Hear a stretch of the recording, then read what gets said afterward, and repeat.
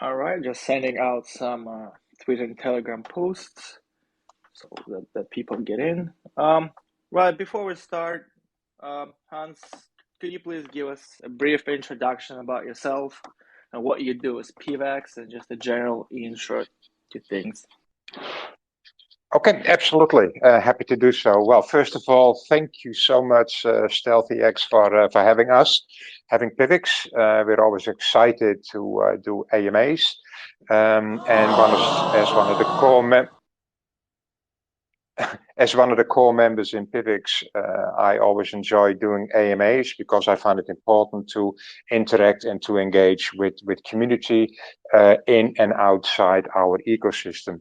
My name is Hans. I've been in blockchain and crypto since 2015, which probably is a bit longer than average. So I've seen a lot of highs, seen a lot of lows, and seen a lot of people coming and going.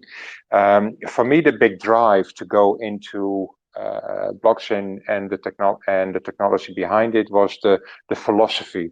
It gave us an opportunity to have become more independent and to become more self-sovereign towards identity, towards money, towards transactions, towards privacy.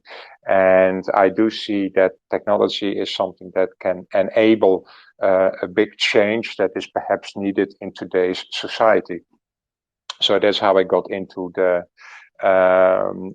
ecosystem. I focused then more and more on decentralization, and I have been favoring a lot of projects that focus on decentralization. So projects like Litecoin, Digibyte, or PIVX, or Bitcoin, are projects I very much favor and very much support. So I am polyamorous when it comes to blockchain. So there's more than one project I like, and at the moment I'm a big fan and advocate and contributor to the PIVX ecosystem.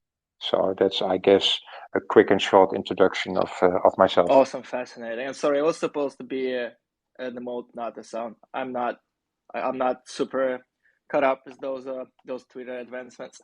But anyways, no, absolutely, I totally agree with you. And you said that doing AMAs and all that stuff is important.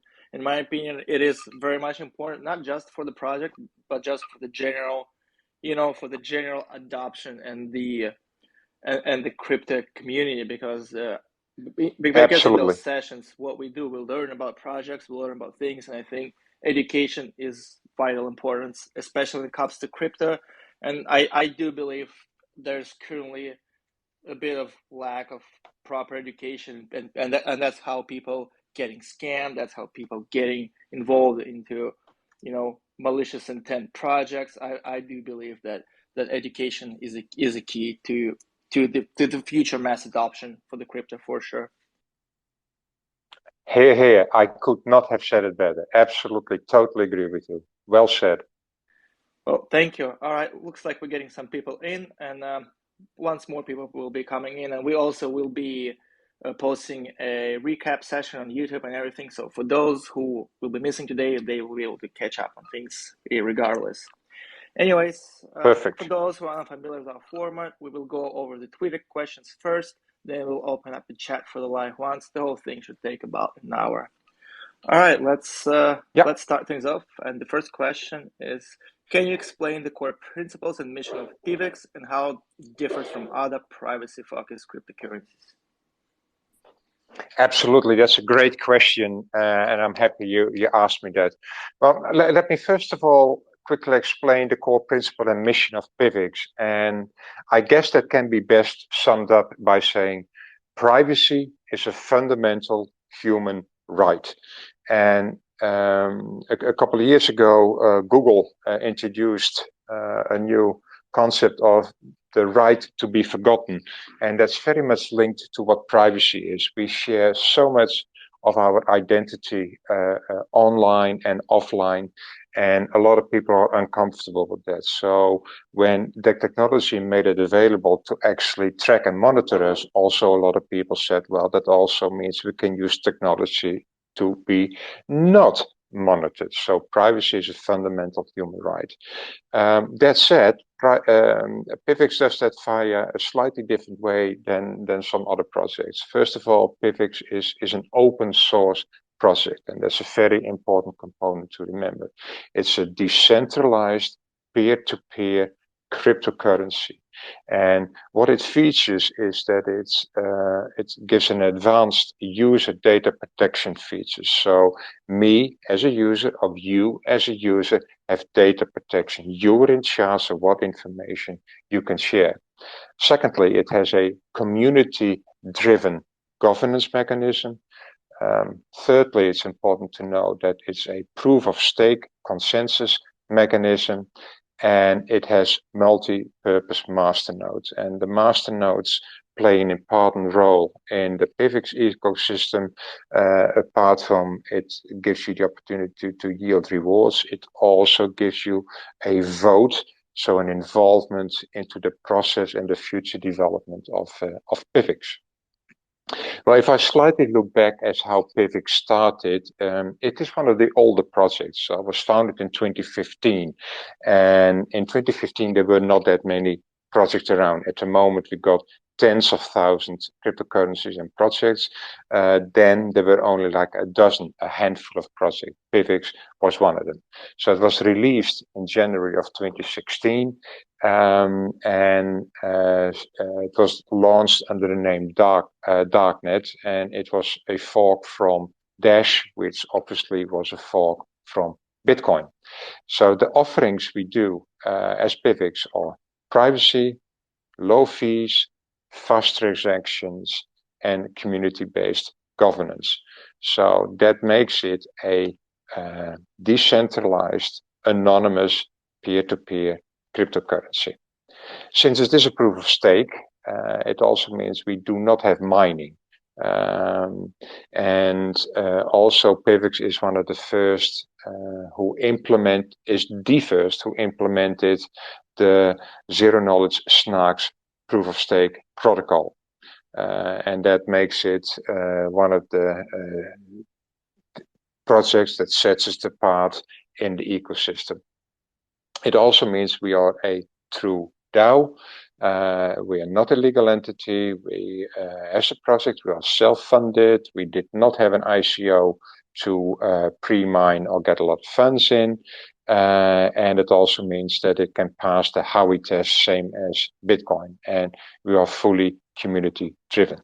I guess it was a lot to digest, but PIVX is not just your run-of-the-mill project. So there was a lot to discuss and a lot that we have said, but I'm sure we can cover that again in other and follow-up questions. Awesome. Well, thank you for a very comprehensive answer.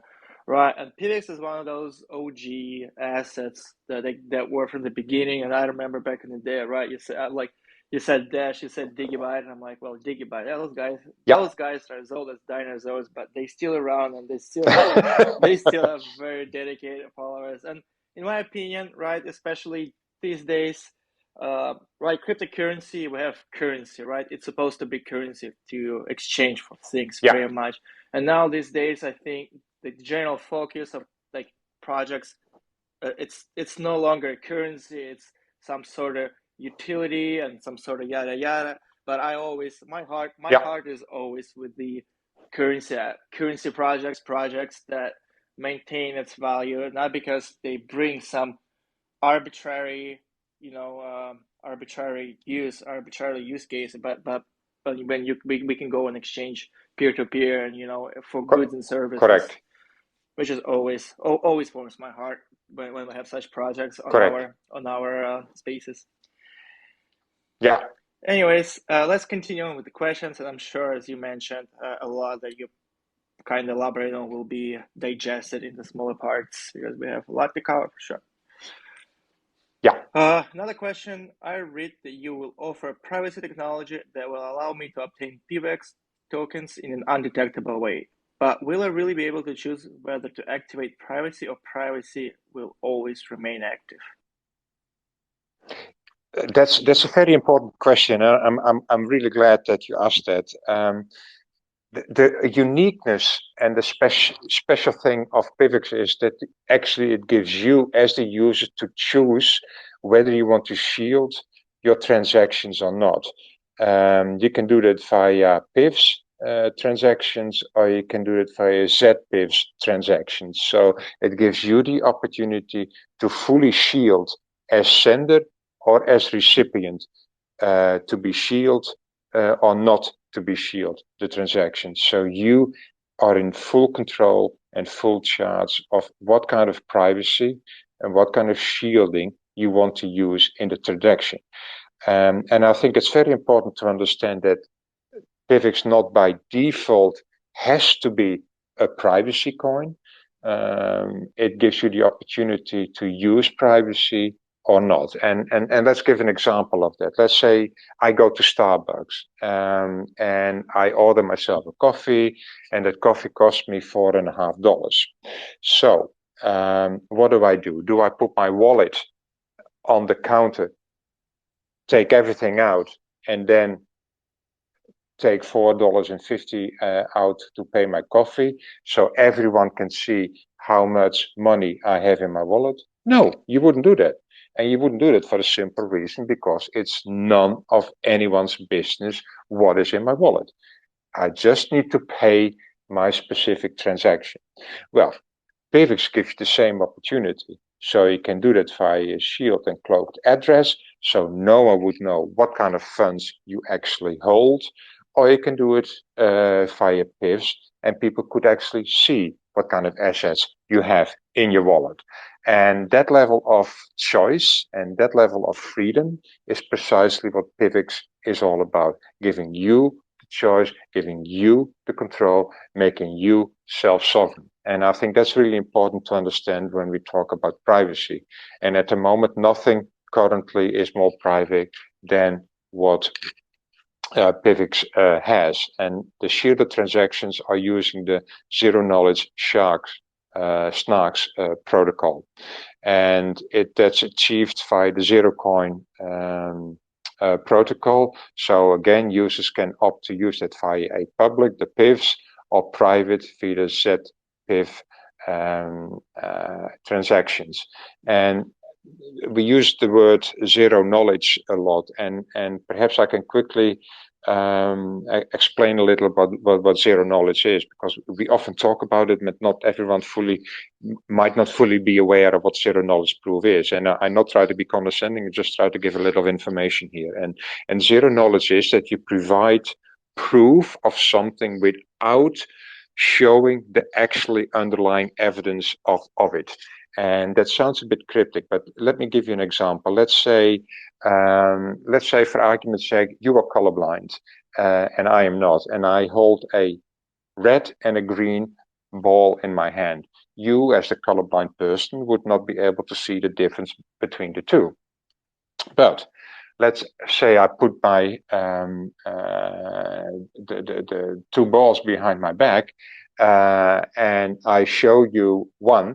And I say that's green, and we currently repeat that process like 10 times, you would automatically assume, okay, this person, or everyone says that is the green ball. So as the colorblind person, I would indeed assume that is the green ball. I do not know for sure because I cannot tell the difference, but because everyone says that is the green ball, I do believe those people, and therefore I believe that is the green ball.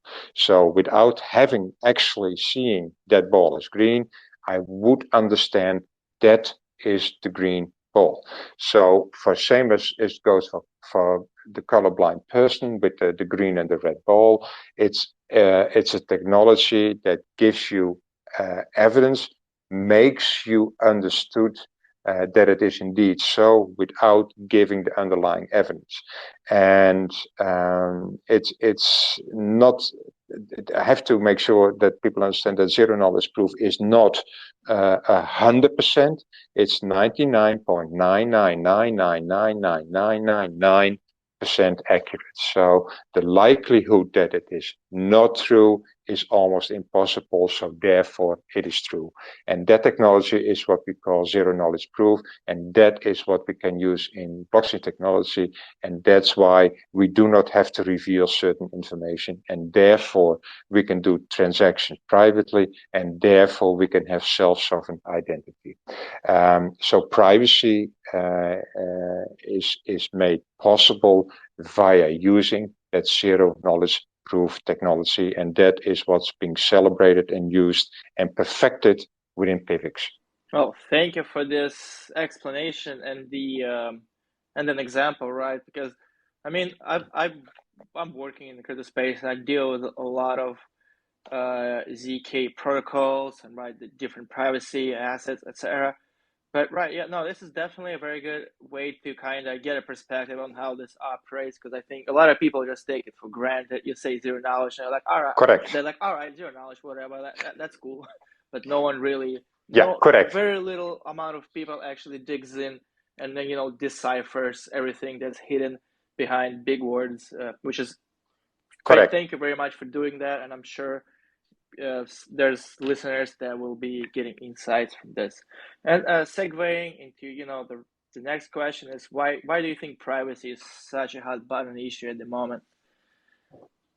Well, I love that question, and personally, I would almost argue that privacy is our last stand of defense. I think our identities and our online presence have come with so many in incursions and compromising of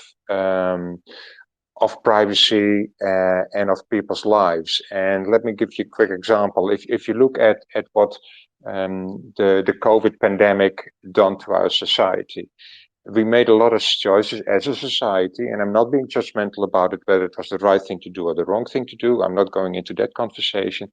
But during the pandemic, a lot of governments made decisions and choices that compromised fundamental, basic human rights. And a lot of people will be made aware that actually, is that the right thing to do? Is that the right thing to go forward? We see the same thing now in the debate with artificial intelligence. Technology is strong. Technology can really make our lives a lot better, but it also means that technology comes sometimes with a darker side or with a downside. And at the moment, we're not always fully aware of what it is we actually do. We look at the advantages, we look at the benefits, not necessarily of the downside. And I think what we learned in 2016 when Facebook and Cambridge Analytics had that whole scandal is that our input was being abused for a certain agenda. And that was so because people compromised their own privacy. We were not in control of our own data. We were not in control of our own destiny. We were not in control of our own choices. And that's why self-sovereign identity became also more and more important for a lot of people, and wanted to use the blockchain and the decentralized blockchain in order to promote it further. So if you look at what privacy is, well, privacy is that you withhold certain parts of personal information to a wider society. For instance, I am not going to tell you what party I'm going to vote on. That's my business. That's my business alone. In crypto, it means that we enable anonymity during transactions. And that's more or less, no, that is exactly the same as a cash transaction. If I give you a $10 note, no one knows except you and I. And that's precisely as it should be. It is none of anyone else's business. That is privacy. So, let's say you want to go to a bar, and you want access to the bar. You need to show your driver's license, driving license in order to get into the bar. Well, that has your name, that has your date of birth, that has some other personal information on it. Why do I need to show that in order to get access to the bar? The attendant at the bar only needs to know that I am over a certain age. That's it. It's very binary. It's either yes or no. Yet we do provide a lot of information, and often we don't have any choice. So the PIVX mission is freedom is everything and privacy is a non-negotiable basic human right.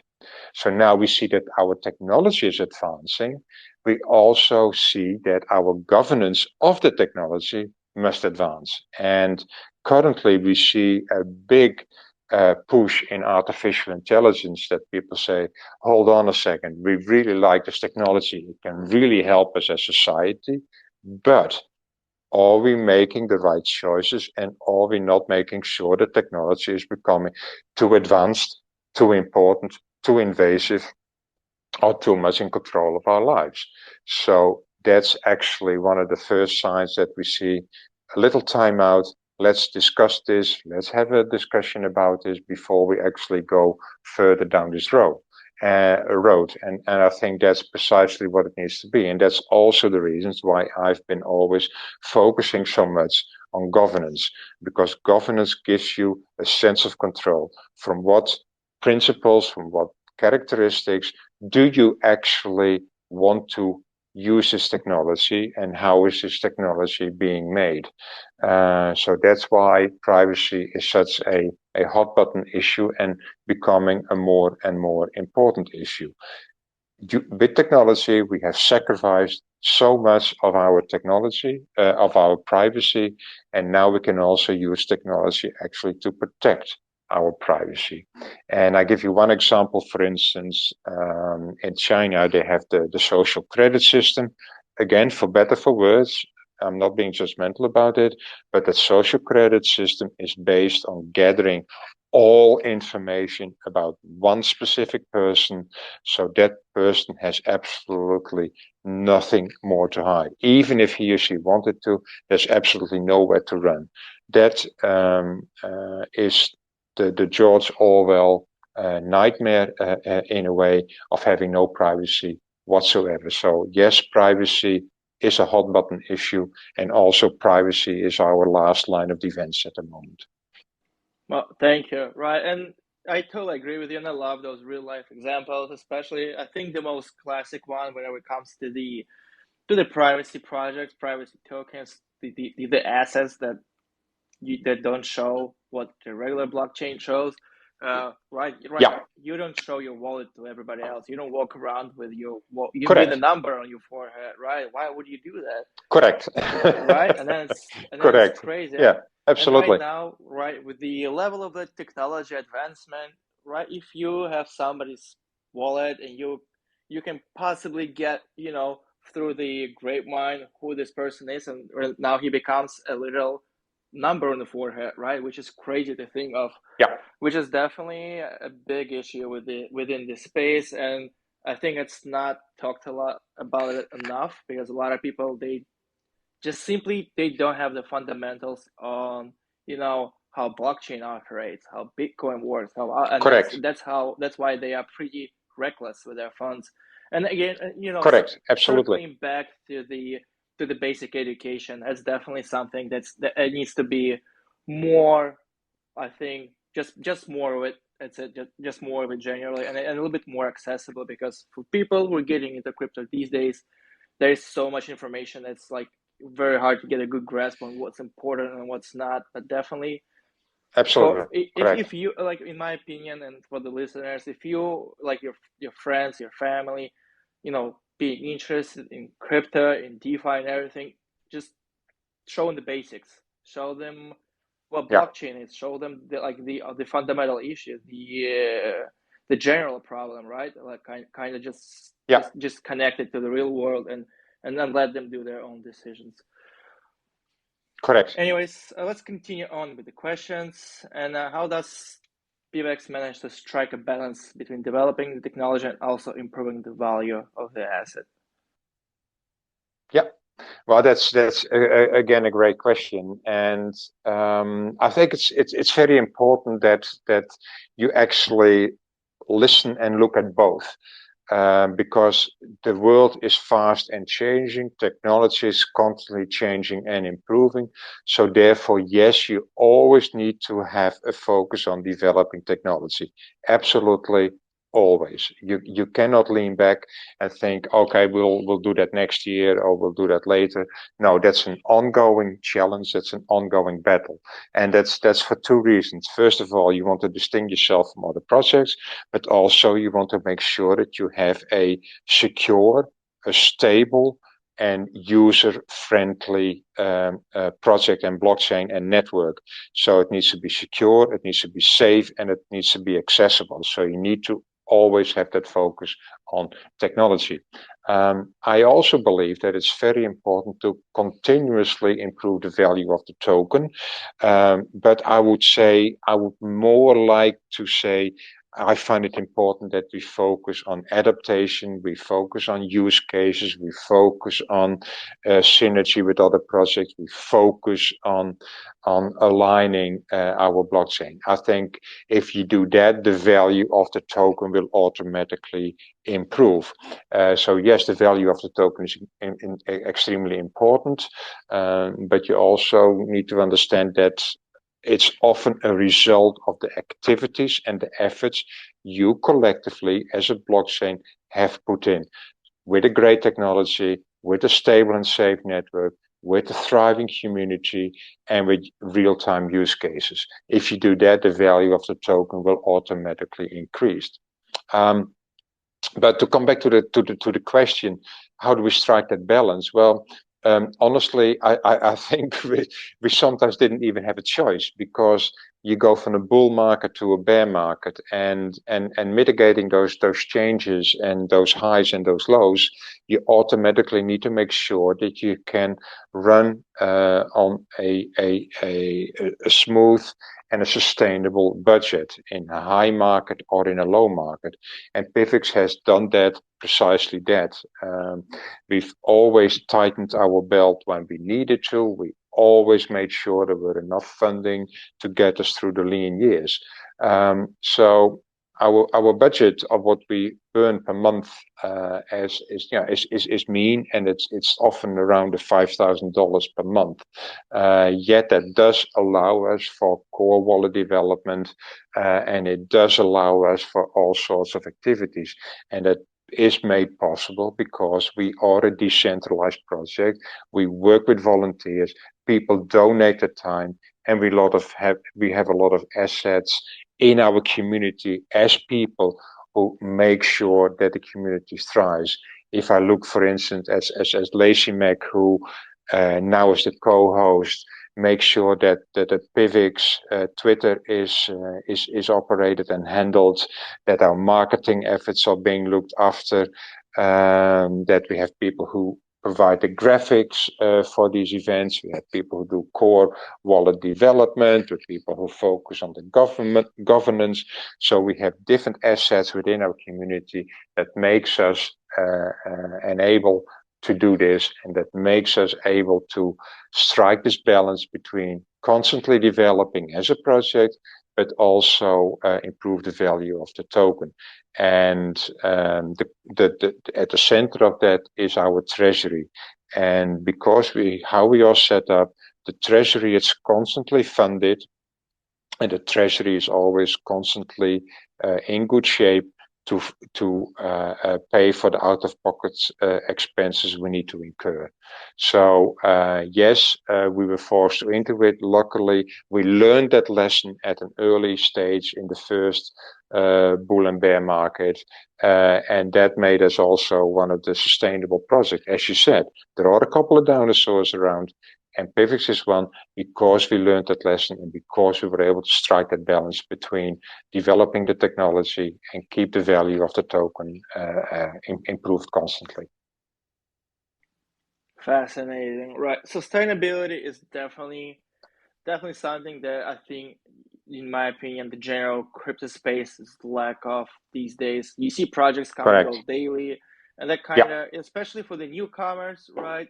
Your friend brings it into some project that's essentially a Ponzi scheme, or like whatever, right? Let's keep the things clear, right? And then this friend invests, a friend loses his money. Now this person is against crypto in general, the whole industry, just because He just was brought in a bad project that's not sustainable. But basically, right, his friend got some money, he didn't get anything, and they're no longer friends, hopefully. But just for the sake of argument, right, this happens daily these days, and you see projects like this pop and go daily as well, which is always, always a red flag for the industry, red flag for the person, red flag for everybody, and definitely hurts the global adoption in the long run for sure.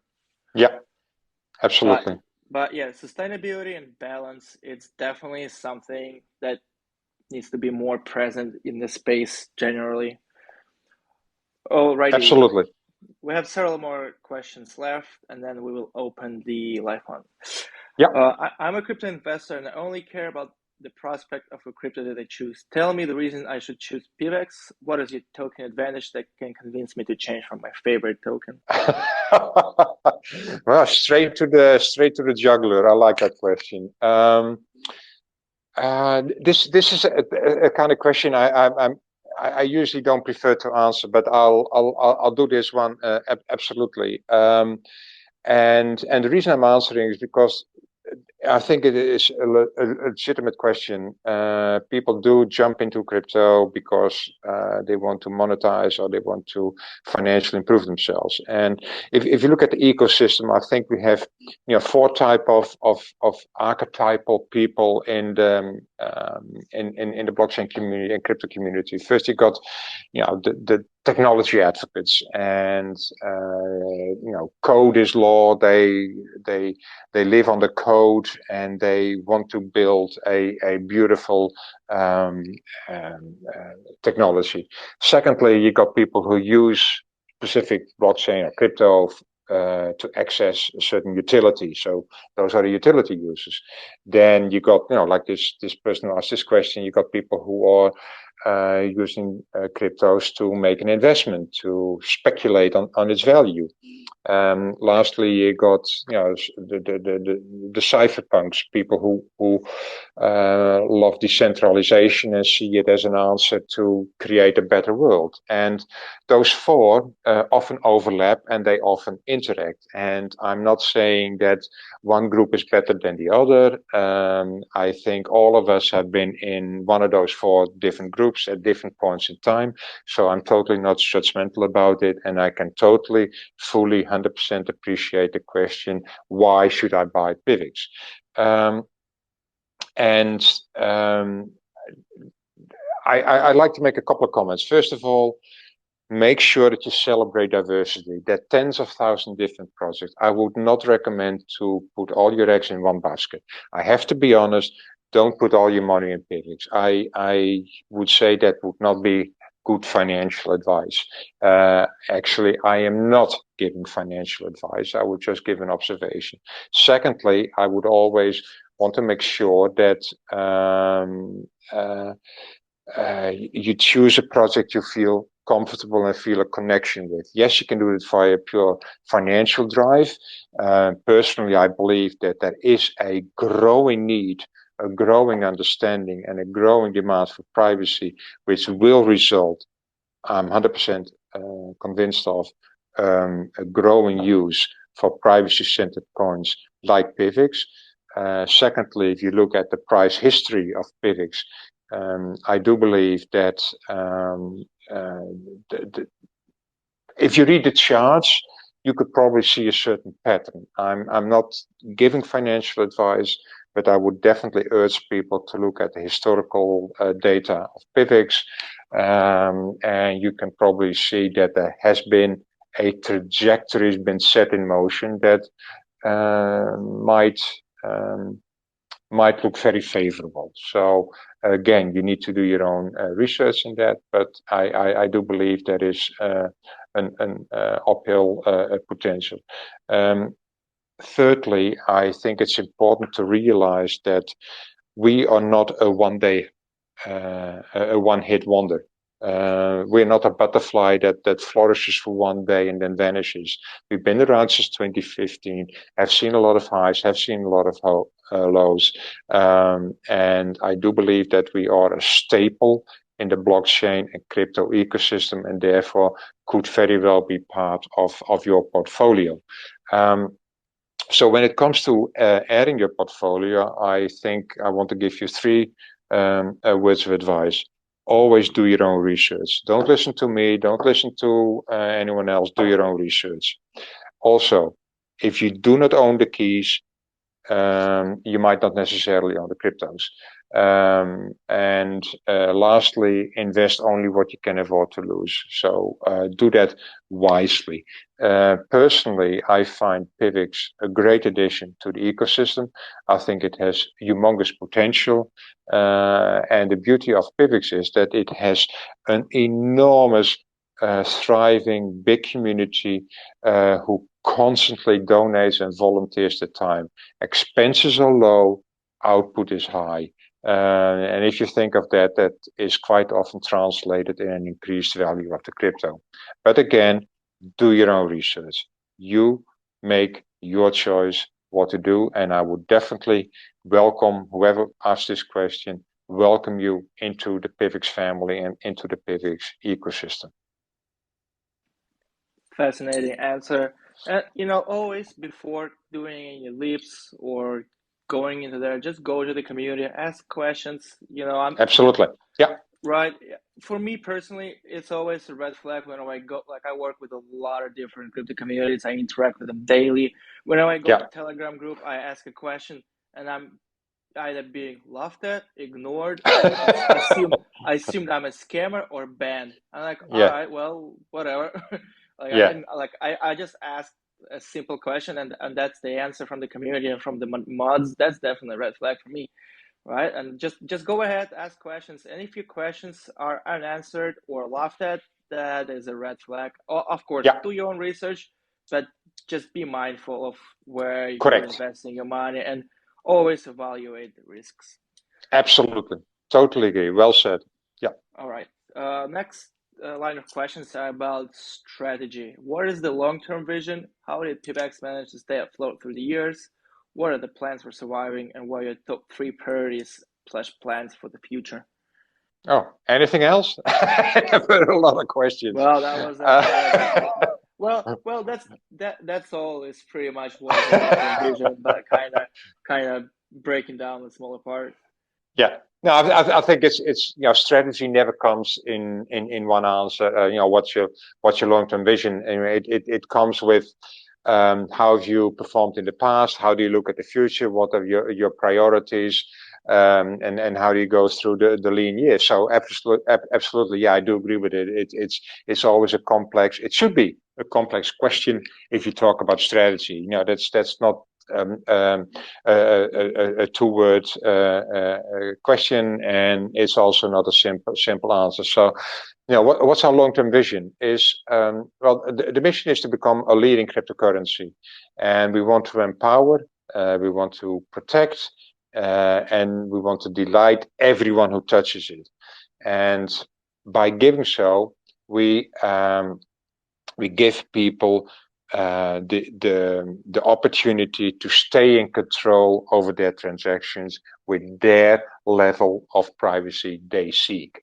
And that vision has not changed, because PIVX sees privacy as a non-negotiable, as a fundamental human right, and also as a growing demand in among consumers and users. So when it comes to staying afloat, which is obviously a result of the strategy we adapted through the years, I previously touched on that. We've always try to be lean as an organization. That means our burn is low. We work with a lot of volunteers. I'm one of them. I donate my time freely. We are a decentralized community, a decentralized project. There's no CEO, there are no paid people. We all donate our time because we all believe in the cause of decentralization and we all want to improve the project. So we can work on a very lean way. And all of us donate, a different amount of time or resources to the project.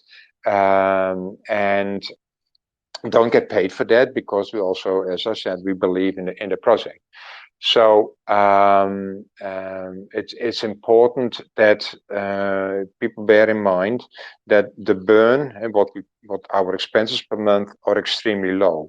But to offset those costs, we have a treasury, and the treasury gets its funding via operating masternodes. Partially goes to the owner of the masternode, it partially goes into the treasury. So it's a self-funding project in that sense, PIVX. So we will not run out of money. We will have enough money to do project, and we will have enough money and resources to go to stay in force and stay operational. So the continuity is in that sense guaranteed.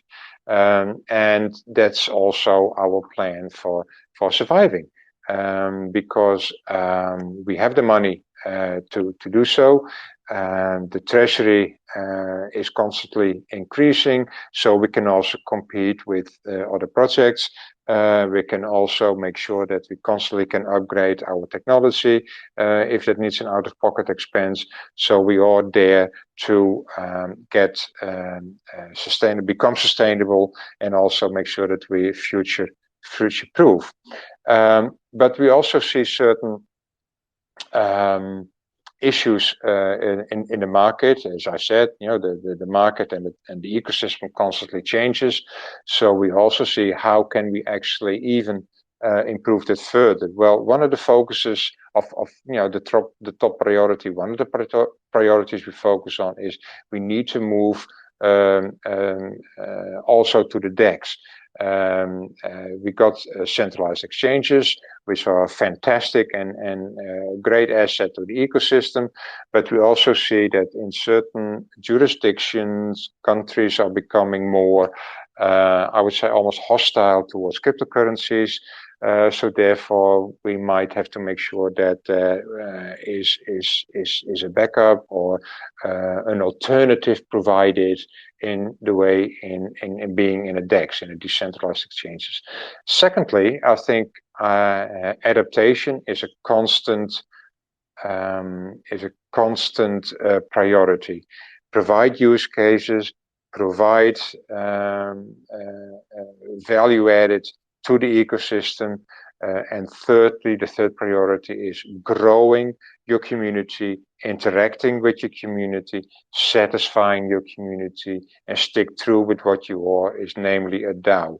So the top priorities is, I would say, provide liquidity, make sure that the coin can be bought and can be sold. Use cases and adaptation needs to be guaranteed and promoted, and the community involvement and the growth and the success of the DAO needs to be stabilized. So those are the three priorities that make us bulletproof for the future, I would say. Awesome. Right, I agree. Adaptation is the key. Projects that tend to be rigid and not willing to budge or, adapt to the current situation, whether it's, legal situation due to government regulations, whether it's the general industry situation, whether it's just the general economy, how things move and shift around. It's definitely a key to long-term sustainability, in my opinion. And we've seen a lot of projects that fail, not just in crypto, I think just in general, right? I got in crypto in like 2018, and I've been in traditional finance before that. And I've seen projects fail just because they do not want to adapt, right? You see, a super classic real world example would be Uber and the taxi drivers that the traditional taxi industry completely dismantled because a disruptor came, and the traditional cabbies, they did not want to, budge. They did not want to adapt. Correct. And we saw, I think, maybe like 2015-ish, right? There were riots in like major cities all over the world from cabbies because they they felt like they were being replaced, which, right? Absolutely, They should be, absolutely. There comes a disruptor. You either adapt and survive, or you go under. That's just the basic rule, pretty much. Correct. For everything. not just the technology. All right. Another question. In recent tweet of PIVX, I saw a quote: "Crypto is peer-to-peer. As such, as any solution with bank or government will eventually fail." So my question is this: literally possible that crypto will run in the long run without involvement of government or any institute? Now, this is a really hard question and a difficult question to answer. And I think I also need to be honest, because quite often when people are asked these questions, it's the answer is wishful thinking and not necessarily based on reality or a perception of reality. Having said that, I will try to answer it honestly and truthfully. And I think by doing so, you need to look at reasons for yes and reasons for no, and then sort of come at a balanced answer. And if you look at let's start with reasons for no. Let's start with a negative. Let's say, okay, it will not be possible. Why wouldn't it be possible? Well, central governments and fiat as a currency, fiat currencies will not cave. They will not. They're relentless in sticking to their own beliefs and sticking to their infrastructure and sticking to the power bases they have. And I think one of the big examples of this is what we see in central bank digital currencies. Personally, for me, it's just a centralized currency made electronic. I really don't see it as something blockchain or crypto related. To me, it's honestly, I find it lipstick on a pig. I do not see it as anything crypto blockchain related central bank digital currencies. So in my view, governments and banks have a lot at stake, and they will not compromise their own power structure, if you like. Also, governments do not like privacy. They feel they need to know everything because they need to control everything. So on the no argument, I think there is some very strong arguments to be made. But on the yes arguments, luckily, there are also extremely strong arguments to be made. And people will always seek privacy. People always will seek freedom. If you look at self-sovereign identity, I think that as a trend is unstoppable. People have seen the downside of what it is, of what a government can do. And in that sense, I think that also the COVID pandemic in certain countries gave us an example of how governments could trample on basic human rights at a blink of an eye, and not necessarily come up with reasons why that was necessary, and even afterwards were very reluctant in letting that go. If you look at I recently traveled to the United States, and I still needed to have proof of vaccination in order to get access and entry to the country. The pandemic is over. There is not really any risk, but I still needed to have that proof with me in order to get access to the country. Not that they looked at it, not that they asked for it, but it's still a requirement the airline actually checked before I boarded my flight. So you still see that once something is in place, it's very hard to let that go. But I think one of the most important reasons is that also the technology we have, the blockchain can't be stopped. The governments can do whatever they want, but Bitcoin will never stop. Digibyte, PIVX, Litecoin, all these decentralized projects, they continuously will run. People will mine, people will support, servers will run, so the technology cannot be stopped. The blockchain cannot be stopped. You cannot undo the blockchain. So much as governments might not necessarily like it, I do believe it is an unstoppable trend.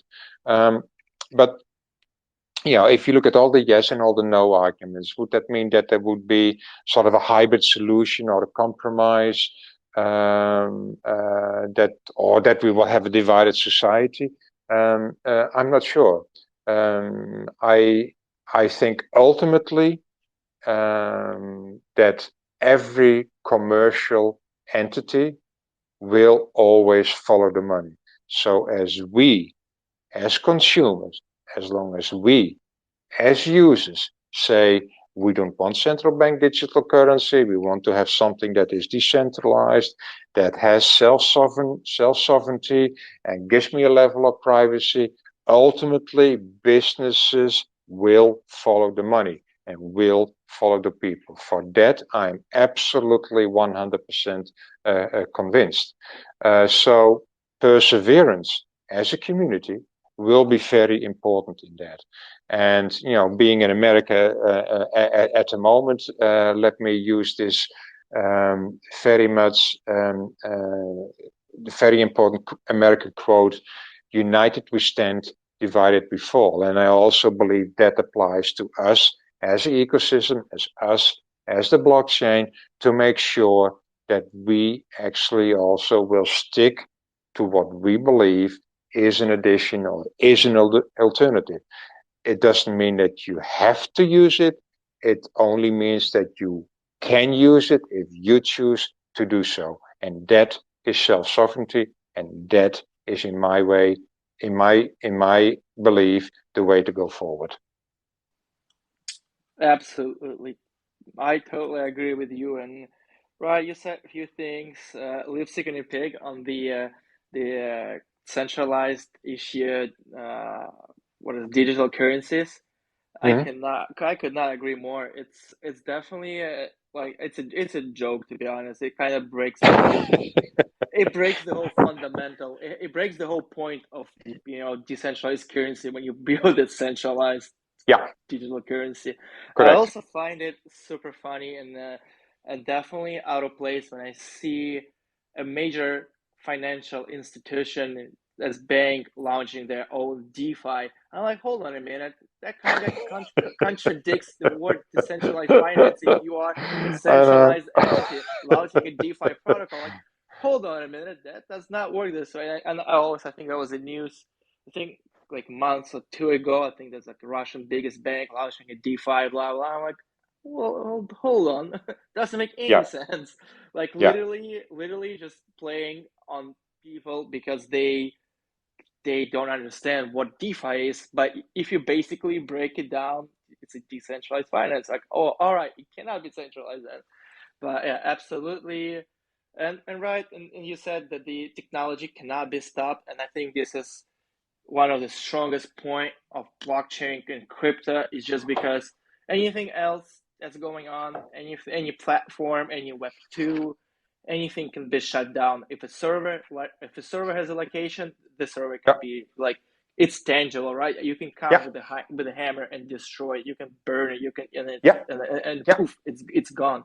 While absolutely. blockchain keeps things decentralized, like you can't go to every single computer in the world and destroy it, right? And it still technically would not break the blockchain because there's well, if ever no, it's another conversation. But still, Absolutely. Yeah, it's just impossible.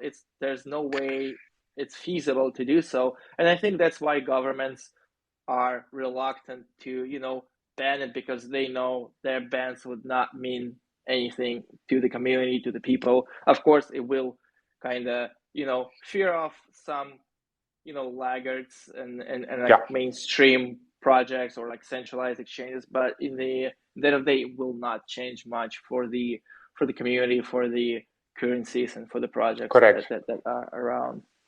All right, we have two more questions left, and we're getting a little bit short of time, so I'm not sure how many questions you will be able to take live. I got some more, so entirely up to you. Anyways, let's knock off the last ones.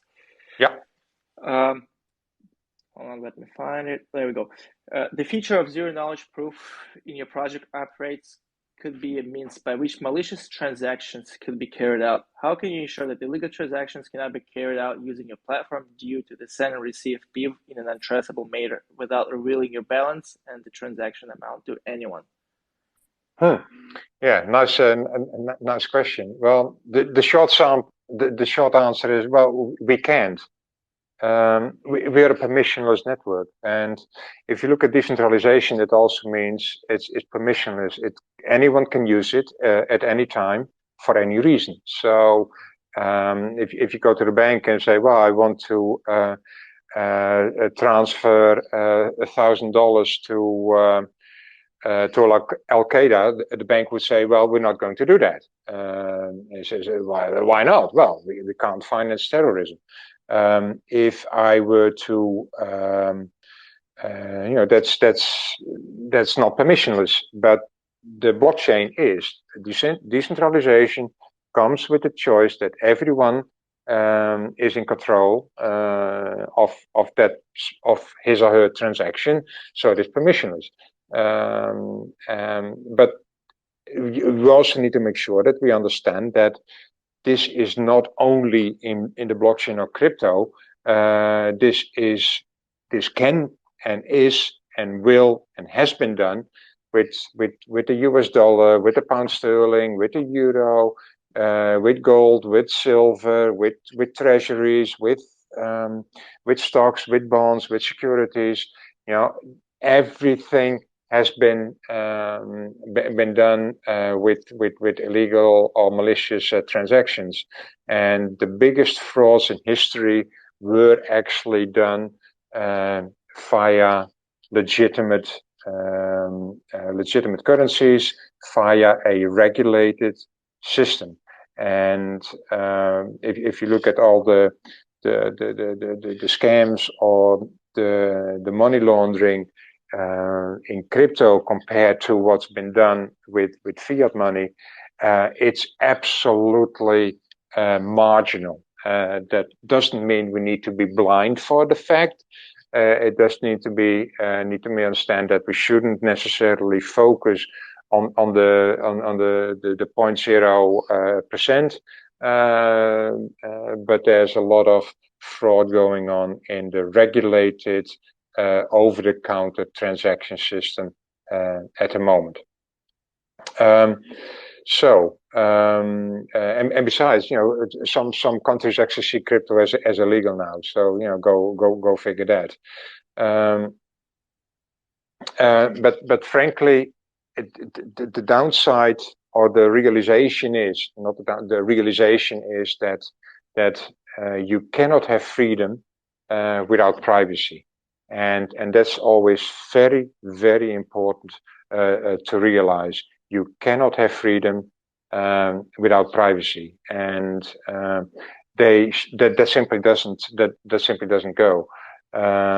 Because if transactions can be tracked, they can be controlled, and that is precisely where we headed with this whole central bank digital currency, because it's only a means of having more control. All our communications is already being monitored and mapped. All our financial transactions are being mapped. All our movements are being mapped. So if central banking digital currency means that all, and I mean all, of our financial transactions are being tracked and therefore can also be controlled. And I previously made a reference towards the social credit system, for instance, as it's being used in China. That can also mean that if you do not comply with what is deemed to be good behavior, you actually can have negative side effects of it. So you have restrictions in your movement. You cannot travel. You cannot fly international if your social credit system is low. So we need to be very much aware that yes, the blockchain can be used for malicious transactions, but that is part of the system, and you cannot have freedom without privacy. No, absolutely. And you said a lot more has been done within the, legal framework, legal money, pretty much. But then, if you think about it, it's still the cash is still the king for the malicious transactions, Yeah, and people yeah, still, because absolutely. even though it's somewhat traceable, but not really, because it's just a piece of paper, pretty much. And I think, in my opinion, especially coming from the traditional school of economics, right? So the dollar only has value because someone said so, pretty much, if we boil it down to things. Yeah. Right, it's not pegged to gold like it used to be back in the day, which has a lot of problems, but still, it's just because government has authority, government says so. Yeah, right? correct. When we go into crypto, for me as a traditional like economist, I see like the econ 101 supply demand functions go in play, and right, it's right. This asset has utility. That's why Yeah, it's worth so much. So many people hold it. So many people use it. So many people transact with it. That's why it's worth so much. It's deflationary, which is also a kind of a problem in the traditional economics, but it works in crypto just because it is all written down. It's not like yeah, all of a sudden you had that inflation for 10 something years, and now you go into the disinflation or even for worse deflation, yeah, right? It's still, but for crypto, it's all written in the smart contract. It's all in there.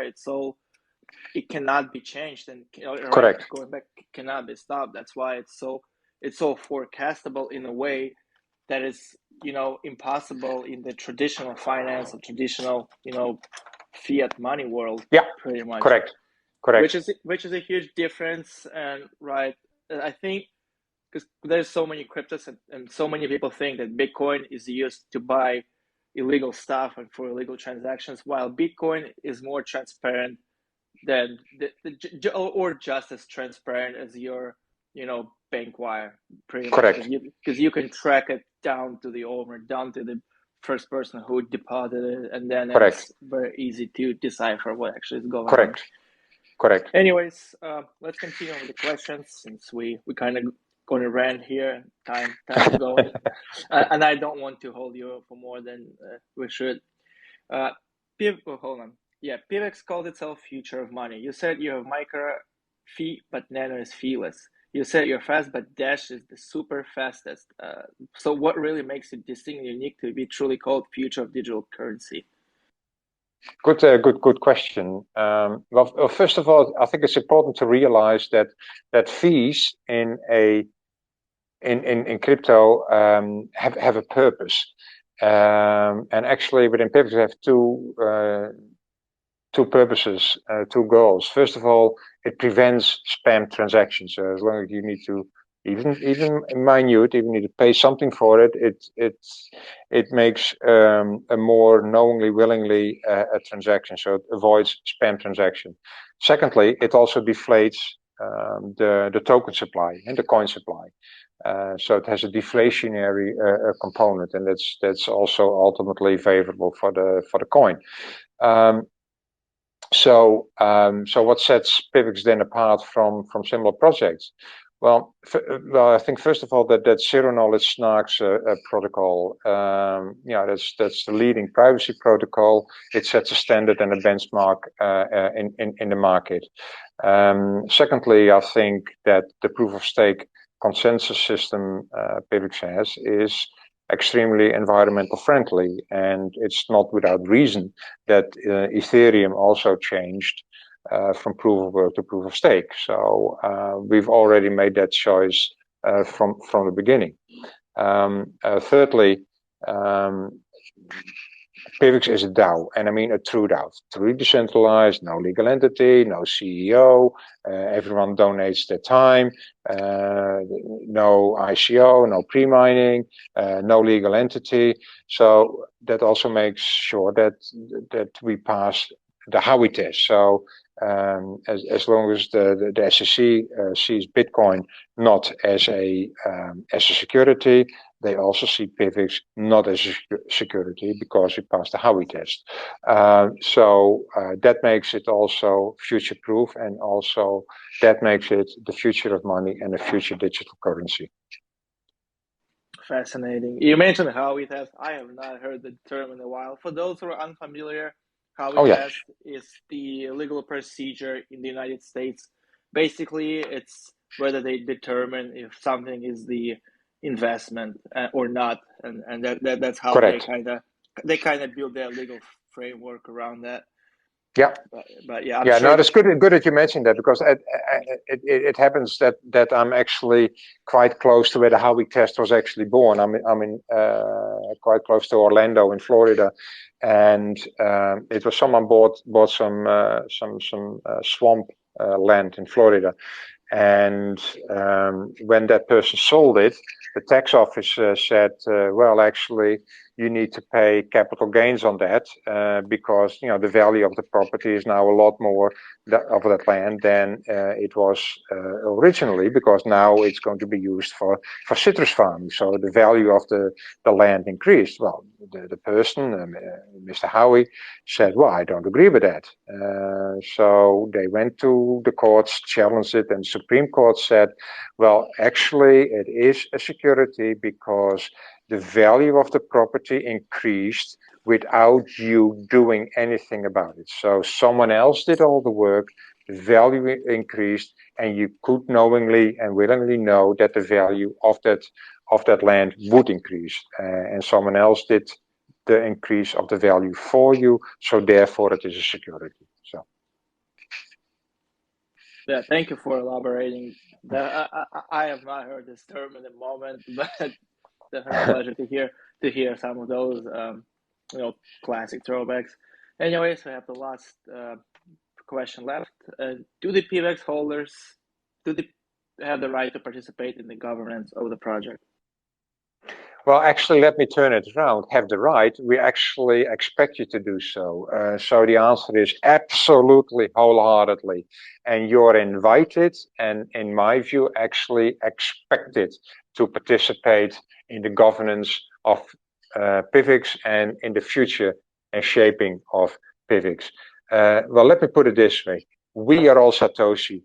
We are all decentralized. We are all the ecosystem. We are all PIVX. So yes, absolutely, and I expect you to participate in it. Fascinating, short and to the point. All right, Yeah. let's get some live questions out of the way.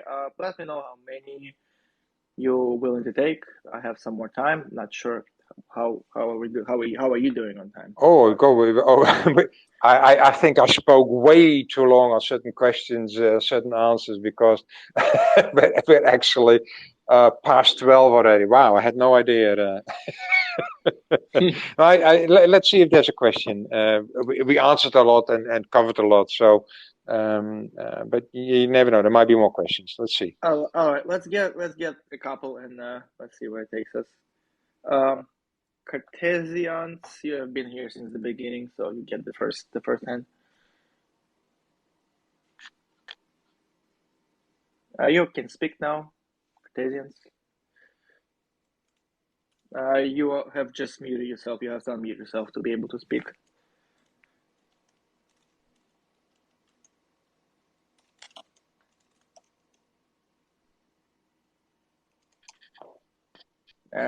This person is muted, not willing to speak. Let's get someone else in. This person has been here.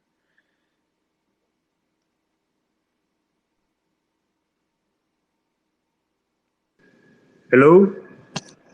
Hello. Okay.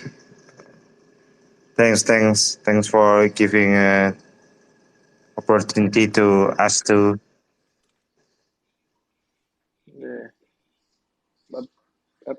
My question is that I want to ask, how do you plan to publicize your program in places where English is not frequently spoken? Do you want to educate a wide range of people about your project, such as those in Vietnamese, Indonesia, Korea, India, etc., so that they can easily appreciate and understand it very well? Yeah. I thank you for your question. That's an excellent question, and it actually, personally, I find it strikes at the core of what decentralization is, because decentralization is inclusivity. It includes everyone into the project, and it makes sure that there are no barriers into you accessing the blockchain. And that's not only, in my view, by technology, that is also by language. So I'm really glad you asked this question. If you look at the PIVX website, it hosts translations in, I believe, 30 different languages. So it is really, really well translated and well adapted for different markets and geographies.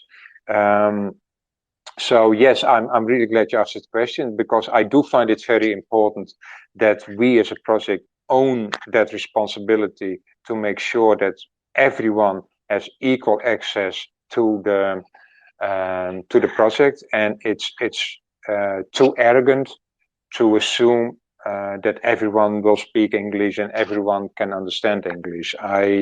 English is not my first language. I had to do a lot of work in order to master English. So yes, I can fully understand that it's easy to have that in different languages, and we take it very seriously within PIVX. So yes, we do. Secondly, and that comes me to the second part of what I would actually would like to add, is that if you feel it's important to do so, as a volunteer, you're always welcome to voice your language and channel your language to the community in PIVX. We will definitely facilitate and promote that, because we find it important that we are inclusive and engage and interact with almost with any demographic possible. It'll be hardly impossible to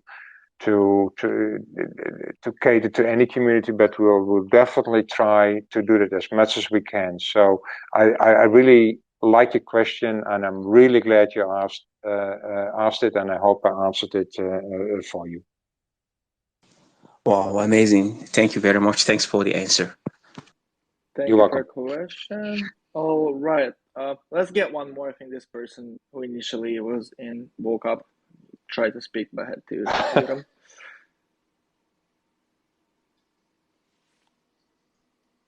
You can speak now. So I wanna ask about the security issues on the cryptocurrency. We know that now there be a trends that real world assets or RWA assets on crypto are trending now. So many projects that developing it. How PIVX see this as the security on the cryptocurrency, and how we manage to keep our security on this crypto trends. Thanks. Sorry for my bad English. Not at all. I don't think you never need to apologize for that. As I said, English is not my first language either. So no need to apologize for that whatsoever. On the contrary. When it comes to your question regarding security, I think it's extremely important that any project, the future, the success, stands and falls with the sustainability of the project, and therefore the security of the project. And that's precisely the reason why PIVX has a well-funded treasury that constantly looks at the continuity and the stability of the network. As I said, we can never relax, we can never lean back, we can never think, okay, we're done now, we have the blockchain running, we can, it's all looked after. You constantly need to make sure that new threats are mitigated or prevented, and that all measures are being taken, that all technology, new developed technology, is being used in order to support and further promote the structure, the stability, and the continuity of the network and of the blockchain. So there's never a moment that you can relax and think we can simply don't need to do that. That's part of the constant development of blockchain. And what we see is that, and need to be aware of, is that blockchain is new. Yes, it has been around for more than 10 years, but it's still an extremely new and sometimes fragile technology. It has the components and the hallmarks of be sustainable and continuous, but that needs an effort that needs to make sure that we constantly look after it. So yes, I'm extremely glad that you asked this question, because security has to be, for any project, always top of mind. So we must keep update our knowledge to the security on the crypto, right? We keep reading Yes. news and following the projects, and that's the key, right? Absolutely, absolutely. Do you have any other suggestions, sir? Other suggestions to security, you mean, or in general? Yes, to protect our security on the crypto world. Yeah, well, I think an important component of security also lies with you, with me, with us, the user. Protect your keys. And unfortunately, a lot of people still get scammed, and that's not because the security is of the blockchain is bad, but sometimes we let ourselves vulnerable to hacking. So make sure that you have secure passwords, that you use that you change your passwords every now and again, that you use two-factor authentication where it's applicable, that you store your keys in a secure way. Now it's same as leaving your wallet in the train, and if you leave the train, someone will most likely take your wallet or take something out of your wallet. And the big part of security is, yes, the project itself needs to provide that, and the project has a large responsibility for that, but also you, me, us, we also have a responsibility in keeping the integrity of the blockchain intact by looking after it ourselves. Thanks a lot, sir. Thanks a lot. That's a great answer. My pleasure.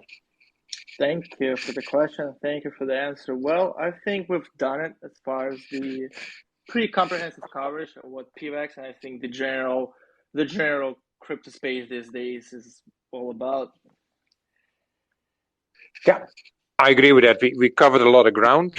I would definitely like to answer all the people, thank all the people who asked all those great questions, and I want to apologize for being a bit long-winded sometimes, but when I start talking, I'm passionate about PIVX and I'm passionate about the project, so sometimes you lose track in time, and I'm really appreciative of the people who actually tuned in for an hour and a half to listen to me waffle and ramble, but that's very much appreciated.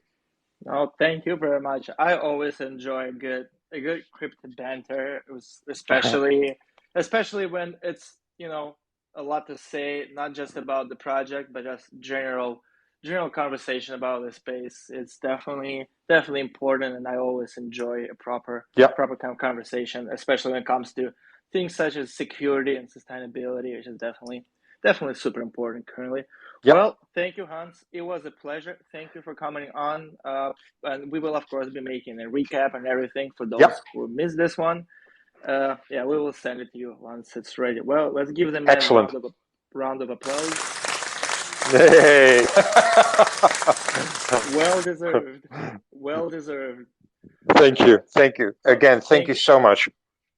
Thank you very much, too. Well, thank you to all the listeners as well. Have a good one. Okay. Bye-bye. Bye.